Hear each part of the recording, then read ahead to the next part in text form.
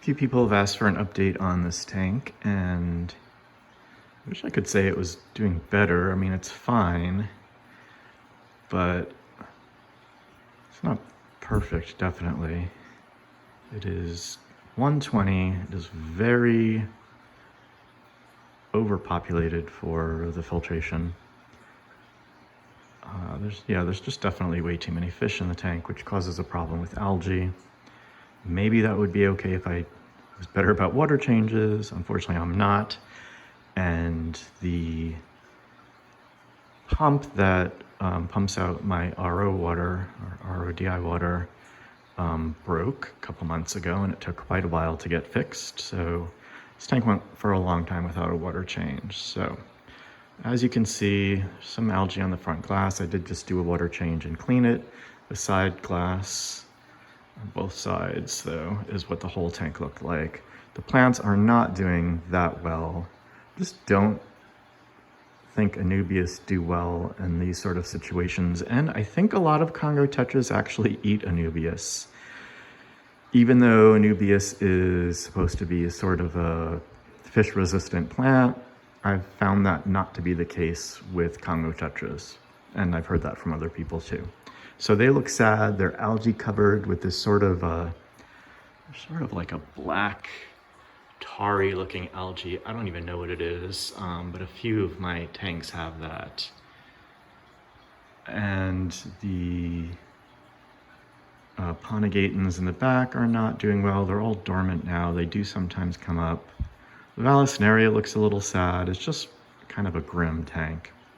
I'd really like to upgrade this to maybe a 300 gallon, but it's just, I've just had a lot of expenses. I've had a lot going on. I'm doing a lot of outside yard work, a lot of stuff going on with the house. I bought a fixer-upper a few years ago. I've been working on creating gardens outside, and some things ended up running way more than I thought they would. So I have no idea when that's going to be. I'd like it to happen. Definitely still plan for it to happen sometime in the future. I don't think it'll be anytime soon. But in the meantime, the fish are mostly fine. Some of them are quite old now. The Lampai Congo tetras are, I would say, going on, when did I buy them? The oldest one I bought in late 2016. The others I bought in 2017, so they're about 5 years old, and it's showing in some of them. I think at least 2 of them have sort of bent spines. The rest are okay, but they're getting up there in years.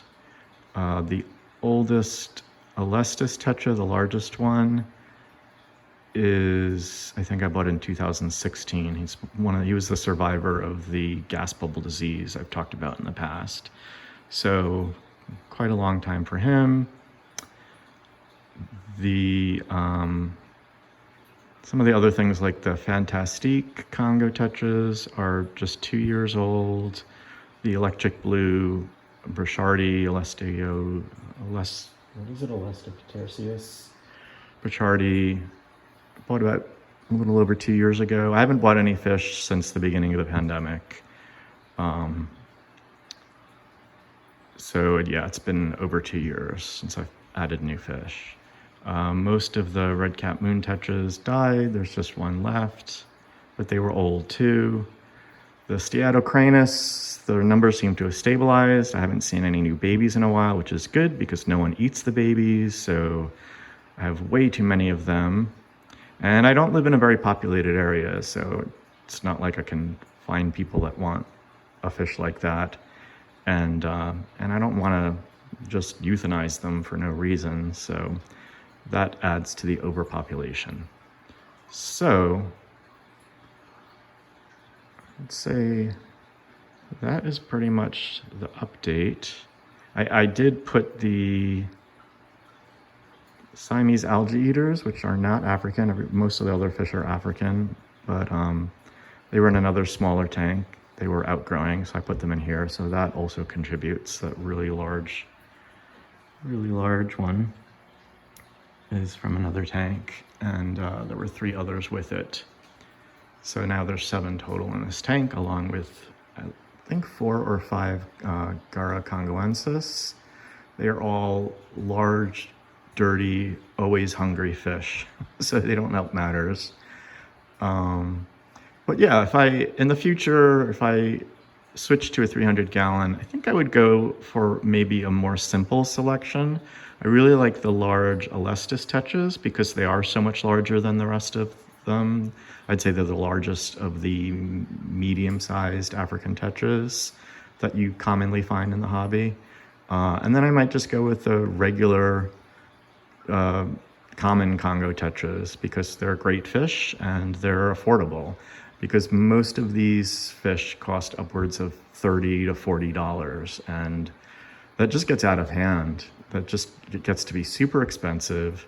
Do I think they're worth it? Yeah, it was fun. It was fun to keep them. They're attractive fish, but I don't know that it's something I would do again. Maybe the lampi congos, the Phenacogrammus aurantiacus, I think they're worth it. I like them enough that I might do it again for $25 to $30 each, but I would probably go in a simpler, slightly more affordable direction in the future. The Fantastique I am not impressed with. You see there's one right there.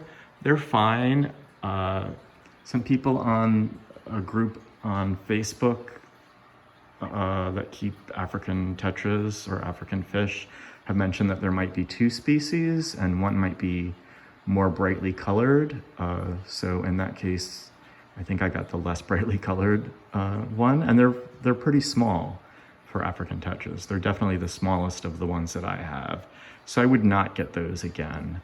The electric blue Burchardi, they're definitely really nice. I may, but yeah, there's a lot to be said for affordable, common fish when you're dealing with fish in large numbers or big expensive tanks, or you just don't want to spend a ton of money. Because, as some of them are reaching the end of their lives, going on 5 years old, that's expensive to replace, to drop another $300 on 10 fish. So yeah, that is an update on this tank. And I'll be doing an update on my 100-gallon tank too. All right, thank you for watching, and if you have any questions, ask below.